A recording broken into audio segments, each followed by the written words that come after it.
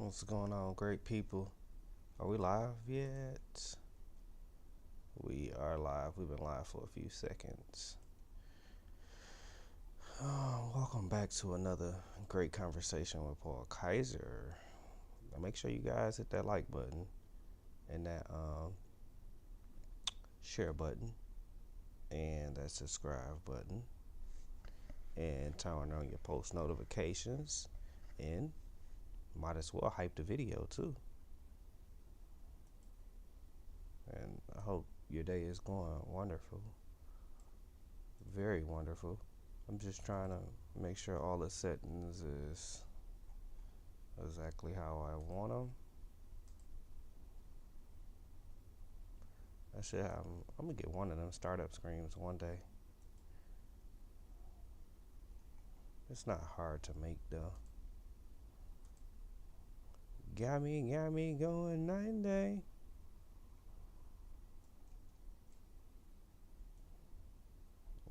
Okay. We just gotta pull this up a little bit. Pull that down a little bit.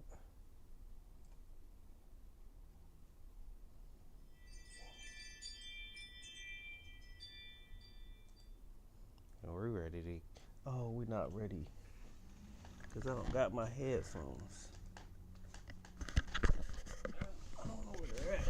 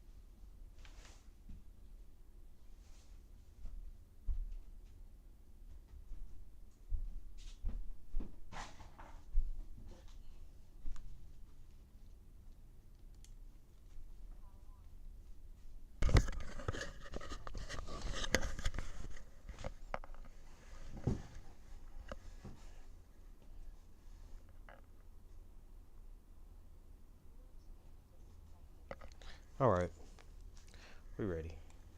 Let's go find something. Should we start with the Joe Johnson? I think I do. I want to start with his new.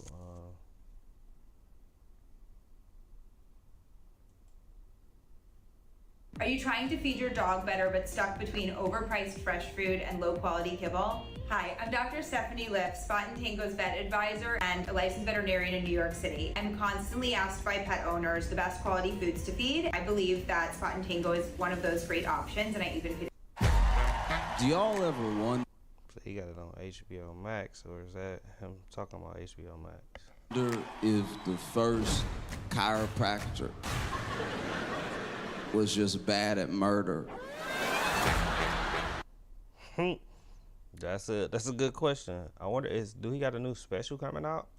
I hurt my back. I went to chiropractor. I didn't even really know what chiropractors do. I just knew that they supposed to fix backs and stuff. And this man put one hand here and one hand here, and I was like, I'ma go. Because he told me, bruh, So is he about to take me out the game? Because it looks like I'm about to be took out the game. Because this is a specialty right here. I can't take my uncle anywhere. Oh, the hit debut. Congratulations, bro. You've already been killing it on YouTube. So this one, it may be punchline after punchline.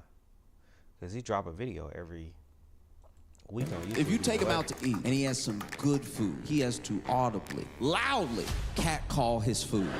He ordered the lobster bisque. This man goes, "Oh, she's thick." I didn't even know what he was talking about when he said cat call his food, bro. He got to talk about his food every time.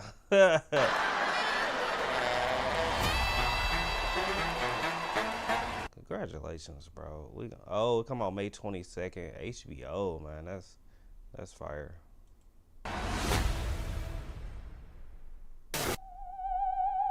It's Josh Johnson in 3D.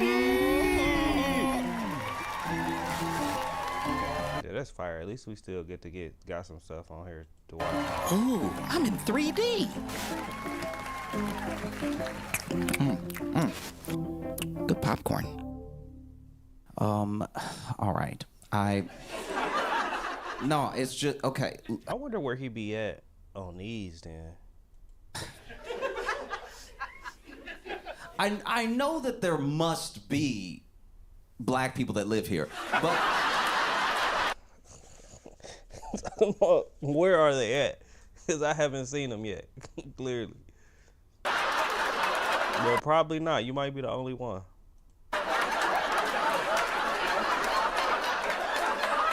So that's how you gonna start us off today. I looked up the stats and we're here. I don't know where, but sure. I was looking around today and I was like, surely. I wonder where he at. Comment below if y'all can guess where he at, because I don't know where he's at. He probably mentioned it, but I don't know right now.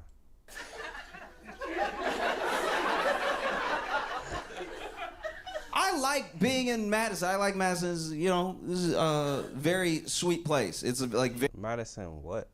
very earnest, That's a good way to say it.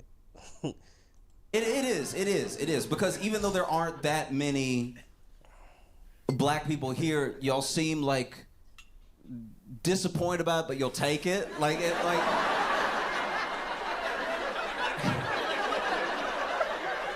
No, it's just the way that I have seen people today and they smile at me. They smile like...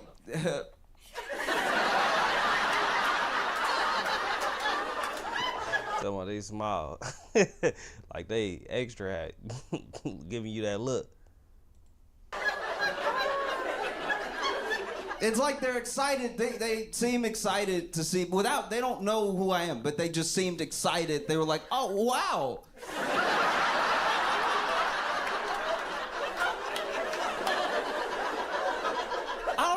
Look, I know this place is very liberal. I just don't always know how to feel around liberal white people because sometimes the excitement is almost too much. It's like...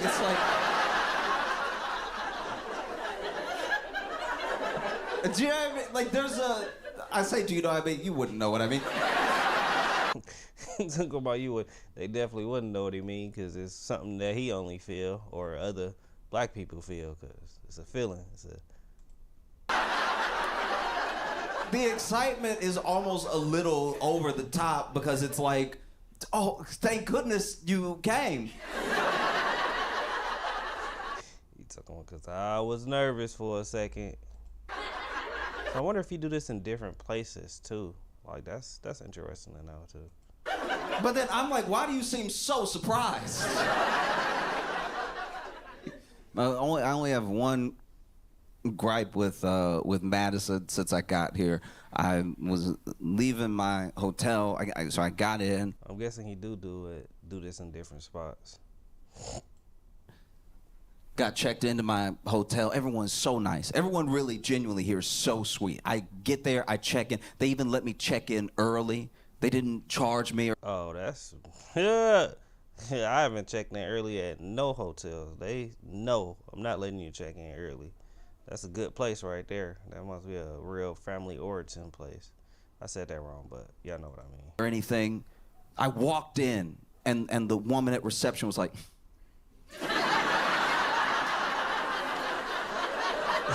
Took him out with that same smile. Say just happy. That's good. That's a good place to be. A happy place.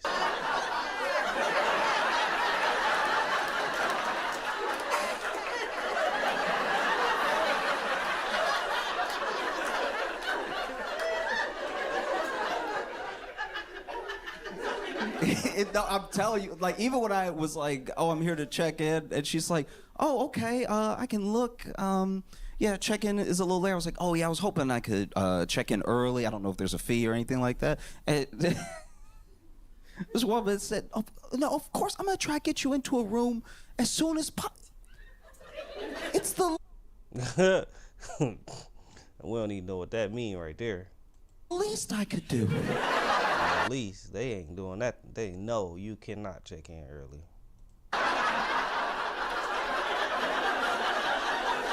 But in two, I guess I do be going to busy hotels and busy cities too. So the room that I probably get still needed to be clean, or I don't know. I was like, for what? What did you do that I don't know that you did? Do you know me? What is happening here? Talking about, did I just get a plug? Are you family or something? Something I don't know.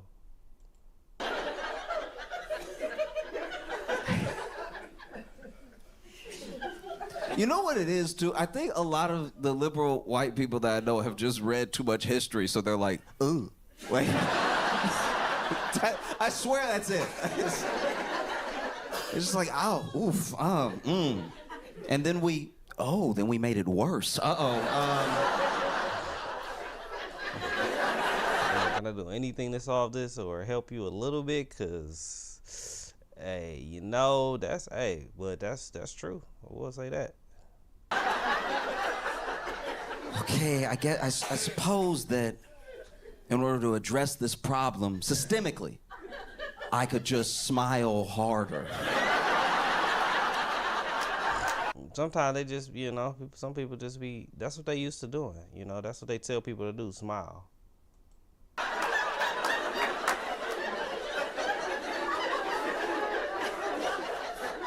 And so anyway, she gets me checked in my room, free of charge, very nice. This is a very, very sweet woman. And then I get to my room, unpack my stuff, and then I'm like, it's a little like stir crazy because I was on 2 planes. I had to fly twice this morning to get here when I wanted to get here to make sure I was here for this. And so I didn't sleep that well, but now I was like overtired. I didn't want to take a nap or anything. And I had just been in like 2 middle seats. I was like, I need to get out. I need to walk and stuff. And so I walk outside of the hotel room and I saw a man playing a harmonica. Man, have y'all ever seen somebody playing a harmonica anywhere? The funny thing, I had a harmonica, but I still never seen nobody playing it though besides me, but that was when I was younger. On its face, nothing wrong with it, right?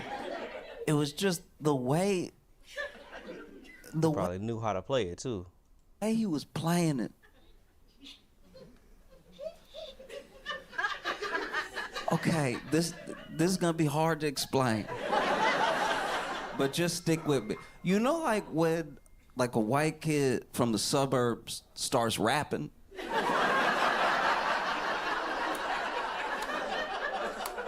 He was doing that with the harmonica. Yeah, this dude was very white. It's a nice day out. He was burning, right? He was very, very white. But he was playing the harmonica, not in key, by the way. It's not like, oh, wow, where'd he get all that soul from? He just blowing hard. He's blowing. But he playing the harmonica, and you could just see from his eyebrows, he's trying to I don't know. He's just really trying to play it like he been through something, and I was like, nah. Mm-mm. This is uncomfortable. Well, it's that blowing that harmonica gonna be a little uncomfortable for sure.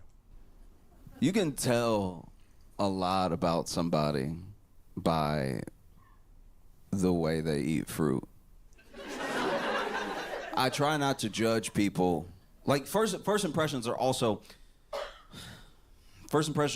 difficult to shake, but they do not always give you like the full view of a person. Like we get this conflicting thing where we're taught that first impressions are really important, but we're also taught to not judge a book by its cover and everything. So it just leaves us in this place where it's like, oh. Well, but the funny thing is, we say do not judge a book by its cover, but everybody judge a book by its cover.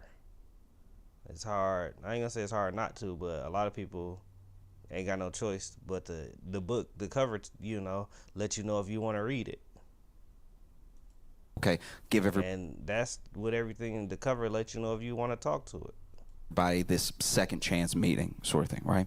And my struggle is that when you see someone eat fruit, that's all they're doing. They're not telling you, oh, I'm a psychopath. Like they're just they are just eating. They're just having a snack, right? But then the way that they have that snack, it's like, oh, this is you being yourself. And so then if I see you being yourself in a way I've never seen anybody be themselves, I'm gonna attribute you being yourself to things that other people don't usually do, like kill everybody, right? I say that because I saw a man eat an apple bottom up.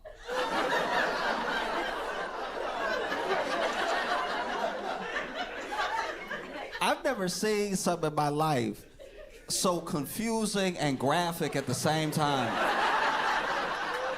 This man had an apple. He had an apple, and he was holding it like an apple, too. He was holding it like a regular, like the way you would present Snow White with an apple, he was holding an apple. Holding it stem up, bottom down, holding the apple.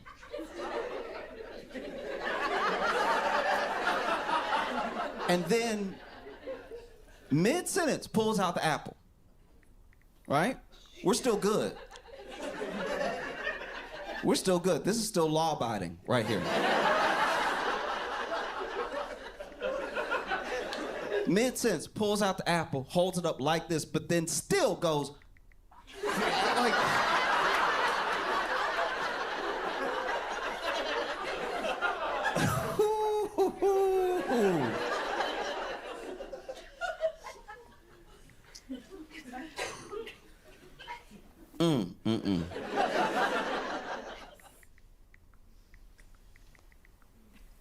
I should call the police. Like I should. Talking about why is you eating it like that, bro? Like what is going on here? But this is where we're going to end this one at. Make sure you guys like, share, subscribe, comment below, and we'll go from there.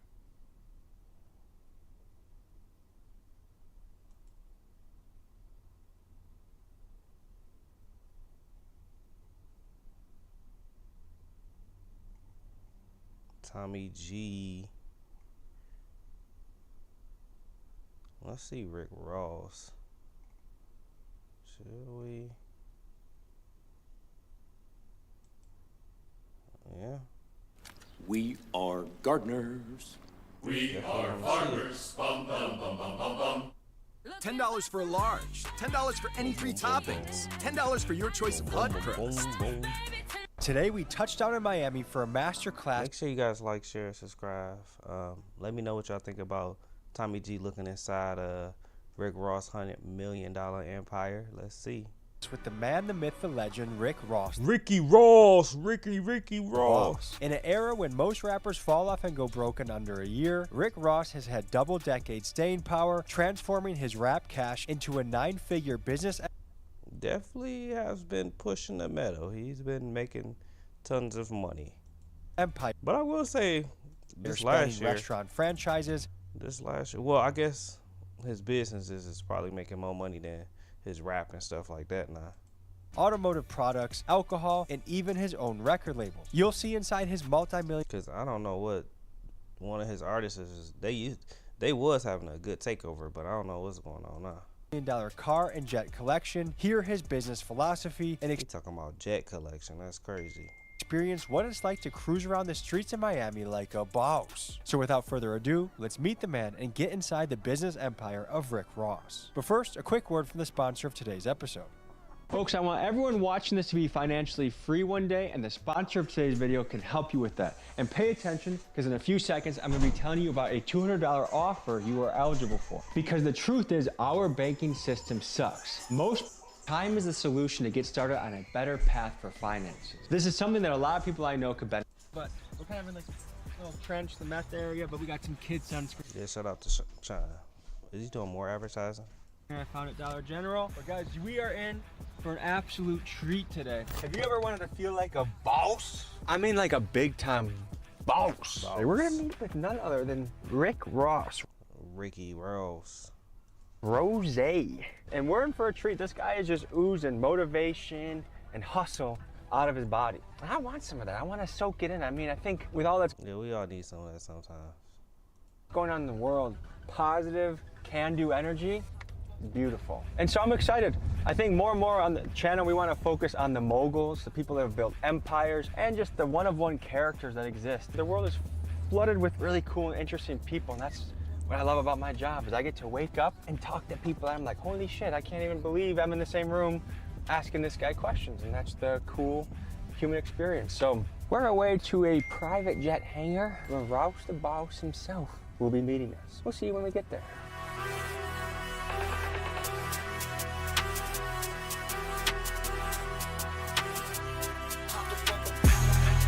All right, folks, we found the hangar.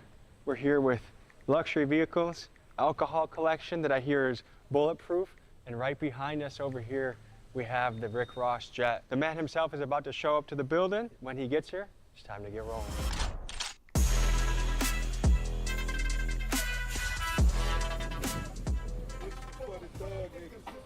What's happening, brother? My name's Tommy. Nice to meet you. Pleasure mine. How are you? Too easy. You're a man that likes collecting the finer things in life, right? Facts. I brought Milwaukee's finest for you. Just a little something to show our appreciation for you. That's how he pulled up in the Maybach. I think this is strip. He had to pull up to let him in, probably, I'm thinking. So I don't think this is his house, or is it? Let me see it. Let me see it, because if it's the finest, it has to be the finest. Here, you want to unbox it? Diamante. Diamante. Hey, this guy made this. Hey, he be advertising on the slick, though. We can shout him out. For your face in particular. Gold, diamond cut.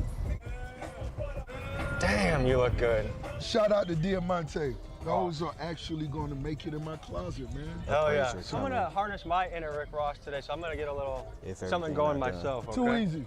Can you give me a little tour of what we're walking through right now? This is the Rick Ross Clubhouse. That's what it somewhat is. Right around.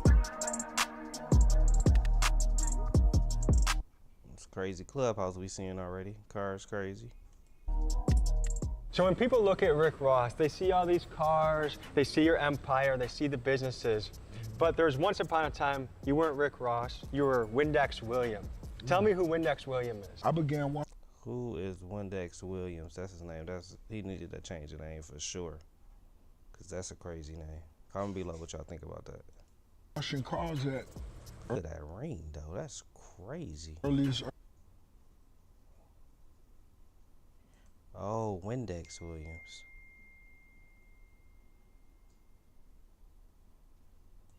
Bro, that's something y'all was supposed to do.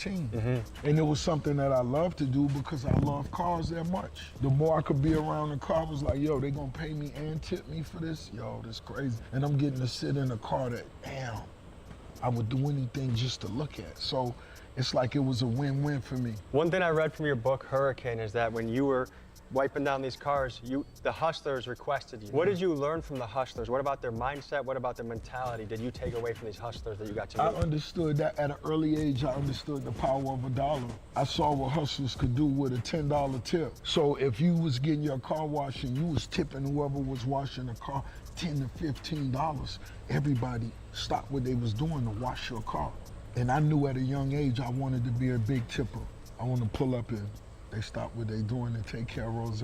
I understood the science of mathematics. I want to talk about your portfolio. Can we walk over here and you tell me the part, your alcohol portion of your portfolio? I began under. Yeah, this is it's crazy. Standing branding as soon as I got in the game. I understood once again the science of mathematics because I was standing in the club already. I didn't even know he was, his face is on his bottles. I wonder if his face is still on his bottles. I'm in the club. The bottles are next to me. I'm doing this 5 nights a week. Why don't I create a relationship? Why not, for sure. With the bottles that's next to me. I'm already standing next to them for free. That's a crazy collection. Can you break down a little bit of, okay, so when you get into these deals, are you looking for equity? Are you looking for the exit? Are you looking for the cash flow? Every deal is different. Some things you could see the long-term vision on. Some you may not. Some things you may want to, let's keep this to a 3-year situation and we'll come back in 3 years and rediscuss what's going on if it's good for both of us. But some of them you see right out the gate. You're a money-making factory. Every deal is different. That's true right there. But I read recently that you walked away from a 7-figure cigarette deal. So you don't take all money that comes your way. What's your criteria? For me to be great at what I do, it's got to be something that I really admire, something that I really love. I'm not just going to rep Luke Belair when I'm in the club. No, everywhere it's a part of my lifestyle. That's something that I really love. That's something that I really enjoy, so it's fun for me. But if you try to hand me a Newport or a Marlboro, that'll fuck up my energy and my vibe. I don't want that. Now, do I smoke? Of course I smoke nice herbal flowers. But I ain't about to support something that I don't support, which is, you know, you gotta have some morals. I don't smoke squares. Was it hard to walk away when you're looking at that much money on the table? Nah, not if I know I'm not gonna do it wholeheartedly. You have 20 plus years in the game. You have longevity, which is rare right now. I think especially right now in rap, you hear about these guys, they pop up big for about a year, year and a half, and then they start to fade away. What are the biggest mistakes rappers are making when it comes to money and when it comes to having longevity right now? You want to stack your paper so you can understand your possibilities. Let them stack for a year, and at the end of the year, now look at your possibilities of the next move you can make. Instead of going to get a quick watch and a quick thick chain and some Dior sweaters, let that shit set up. And at the end of the year, you could go get a 5-bedroom with a swimming pool. And then on top of that, just make it an Airbnb. That's how you do it. Definitely how you do it. B&B, shit, put your cousin in one room. Let them know you handle the lights. You know, I'm just a hustler. I'm gonna find a way to do something. So, because the average rapper, I know that... Find a way to make some money off of it. I don't know about putting your cousin in it. That's tough sometimes. Signed a deal in the last couple of years. Immediately, they're going to get teeth, they're going to get jewelry, and they spend a good chunk of their advance. They don't even know that they have taxes on the back and they have to take care of. And by the time they're done spending on random bullshit, they're almost broke again. That's how it goes. And that's one thing that I was fortunate to learn in the streets before I got in the rap game. I had the experience. Right there. He learned it, he did it too, you know, but he learned it in the streets where it came a little faster. And you ain't had taxes on it. Of making a little bit of paper and losing it. Oh, in the streets, that's what you do. You go to a dice game, you come in with $800, you leave with nothing. Oh, you got to experience that. And you tell yourself, I'll never go broke again. I'll never go broke again. But you go broke again. And you do it. Right there. But you do, for sure. And that's more to learn. When you begin to learn to respect the power of $1. I didn't buy nothing. I just went and ran it all the way up, stacked it in a shoebox. Let's see what it looked like at the end of the year. Now let's see what we could go play with.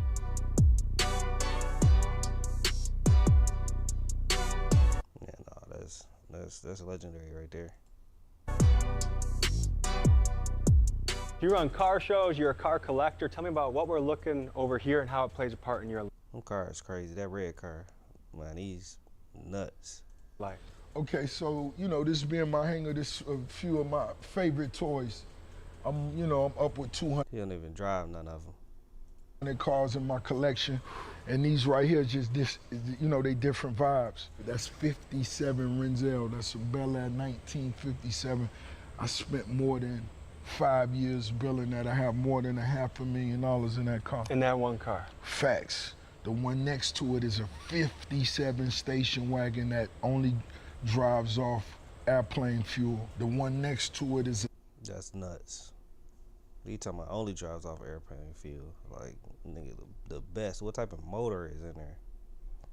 the 69 Camaro I've never even sat in. The one next to it with the big blower, that's a 73 Capri. It's a money collecting. They getting worth more and more as they sit. You know, that's arguably the most sought after donk. This a 96 Impala. This is a dope boy favorite. This has... Yeah, it ain't even worth that much, but it's a classic for sure. 2,200 miles on it. And then when I was graduating in high school, Suburbans and 1500s, I never sat in these either. I have a 1971 that's gonna complete this trifecta. You're not just a collector, you also run a show. I do. The Rick Ross Car Show. This will be the June 13th will be the 5th annual Rick Ross Car Show. And Yeah, it's like a whole meetup too, a whole networking event. it just started as conversation with me, 57 Freddie. Here we are, 5th year. All these are 25 million plus records you've sold. The number is multiplied since then, but most definitely, these are all releases that was released with my partnership. The biggest driver of Ross's fortune is his label Maybach Music Group because he doesn't just make music, he owns the music. While the average signed rapper gets... That's very interesting. Got to. just a fraction of their record sales, Ross in his typical entrepreneurial fashion decided to create his own label. In fact, between his solo records, selling features, and touring the world, it's rumored that he's generated himself around $90 million. And when you add in the superstar rappers signed to Maybach Music Group like Meek Mill, French Montana, and Wale, you could estimate that altogether MMG has sold That was, or are they? Cause I don't think none of them still signed to him. They might be though. They might be still under the umbrella a little bit. between 65 and 80 million records. So of Ross's portfolio, it's likely that just music alone has made him well into the 9 figures. If you were to sign another rapper now, what are you looking for? You know, an artist with a very distinct, unique gift, flow, tone, you know, and just somebody that has that burning desire to succeed. That means more to me than anything. You can't let me out hustle you. If I'm out working you, you don't even have a chance. Just go quick. No, for sure. Cause he ain't even got the same grind or hustle that he had. So that's interesting. He's creating his own world. Like, can you imagine if you just wanted to do everything you want to do? Your name's on the jet. You're doing business deals while you're puffing a joint. You got your Rolls Royce being washed outside. And that's the power I think we do all have. There is an amount of luck. There is an amount of being born in the right circumstances or having destiny match up with you. But I really do think with enough hard work and years of dedication, you can create a lifestyle that it's your own heaven on earth in a way. And yeah, you still have troubles and issues, but you want to have a life where you wake up and you are excited to hit the ground every single day. That's just how you want to operate. No, for sure. For sure. But the $1 million question is, how do you get there? And what do you do to get there? And he's doing that, and I think that's really inspiring. I call my wife Sweet Cheeks. Sound like you got a Sweet Cheeks as well? Oh man, you gotta have a Sweet Cheeks. They're key to the operation. That's beautiful right there. See, that's what slippery soap does. Look at that. Not to mention, that's the Mansory edition. It only run you 800,000. Only a little light 800,000? Yeah, light 800. Man, that's crazy. crazy.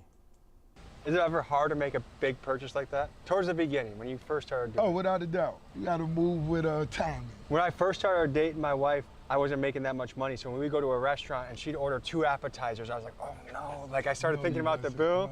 She taught me how to enjoy life a little bit more. But now I feel a little bit more. Not the 2 appetizers. but you have to sacrifice.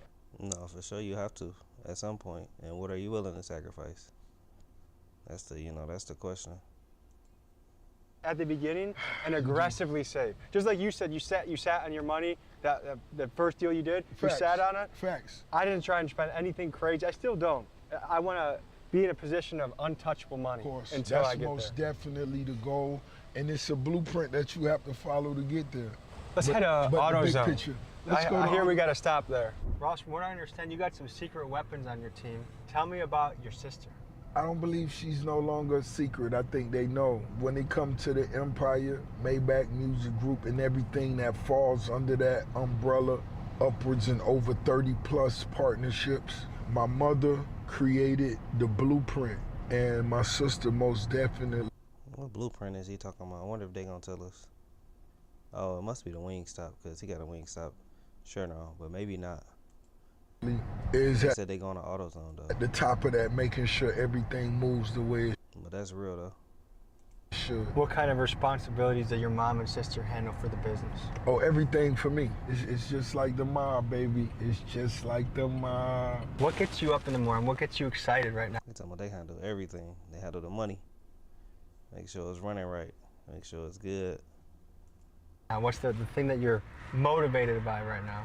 Oh man, look at us. We riding through Carol City in a Rolls Royce. That was always the plan. A lot of my homies didn't live to get to see it. A lot of them in the penitentiary will never come home. But this was always the plan. Regardless of how we made it there, that was always the plan. This is my high school right here, Miami, Carol City. It's Cheap Nation. This shit where it go down, baby. It's Carol City. This is where you used to play football. Black and orange, better believe it. Looks like a great school. Talking about black and orange. The same just like the car. That's crazy. Correlating. Must be a Miami thing or something. No, this a new one. This ain't the one they had Rose in. Look at Popeyes. We had a Popeyes right behind our high school. How could you not love chicken? That's what made me invest in the How can you not? Wingstop. When Rick Ross says he loves chicken, he puts his money where his mouth is. He's a fiend for lemon pepper wings, and he's turned that passion into dozens of Wingstop franchises. Now, it's uncertain how many total locations he has or how much each location makes, but if we use conservative estimates from the interviews he's done, we can guess that he owns at least 25 Wingstops, and in total that these probably generate between $5 and $7 million a year in profit. And you can bet that in this business... Saying profit? That's crazy. I didn't think they were generating that much in profit. Ross gets high off his own supply. Know how this shit move. This shit a train, and the train don't stop for nothing. Choo-choo, baby. You better f***ing believe it. Are you, sir? Wonderful. That's good. You already know. Your products is up right there. Man, much love. Appreciate it. So tell us about Advertising on this video is crazy. this move in your portfolio. Okay, so this was something that was really, to me, like super cool. It goes back to us when we were washing cars right up the street. Look, those same cars, the 57 Bel Airs. The Dunks. The Dunks. The Florida Dunks. Yeah, the palm trees Oh, he funny. He got his own car in wash the stuff. background. So We this is a just full represent circle the moment. culture. You went from Without a doubt. washing the cars as a young kid to now you own the product that washes the cars. An amazing partnership with Jeremy Lewis. Shout out to him. He had the product, and you know he was taking care of my cars, and I just said, man, I believe in it. I think we could take this somewhere else, and so. And I think a key part of this game is ownership. The way you make money is not being compensated for your time so much, but for owning equity parts of a company. Without Talk a to me doubt. about this. I think too, like what he missed out, where I feel like is partnership. Like a lot of these stuff that he did, he partnered up right too. And ownership is a key too, eventually for sure. Beginning is a beginning. You got to start somewhere, and that's cool. But having equity, you most definitely want to get to the core of the situation. What's happening, baby? What's happening, baby? Yeah, because I think anyone that wants to chase true wealth, whether it's owning a home health care, owning a daycare, owning a a car wash line. Right. Owning anything. I just made an Aspect. investment recently. I got like a 3% share in a mental health company out in Arizona that's hopefully gonna help a lot of people and gonna print. So it's two things that go hand. Yeah, that's fire. We're not gonna watch the whole video. Wish the whole video is pretty good. That's very interesting. Make sure you guys like, share, subscribe, comment below.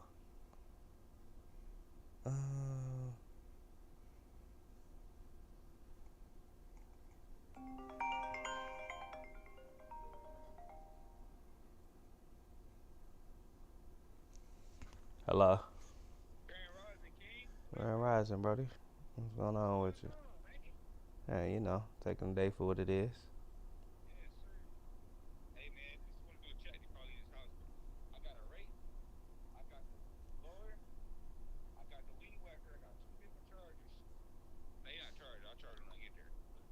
Mm-hmm.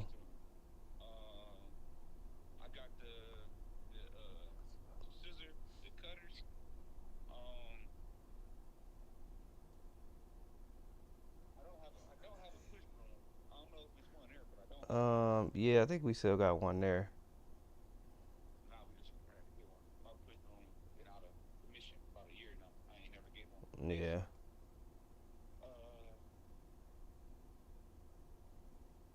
Yeah, I don't know. Just trying to see if there's anything I need else I need to bring. While I'm still at location. I don't think so. I ain't 100% sure. I feel like there's gonna be something once we get there. There's always something. But I don't think so. I think that's about it.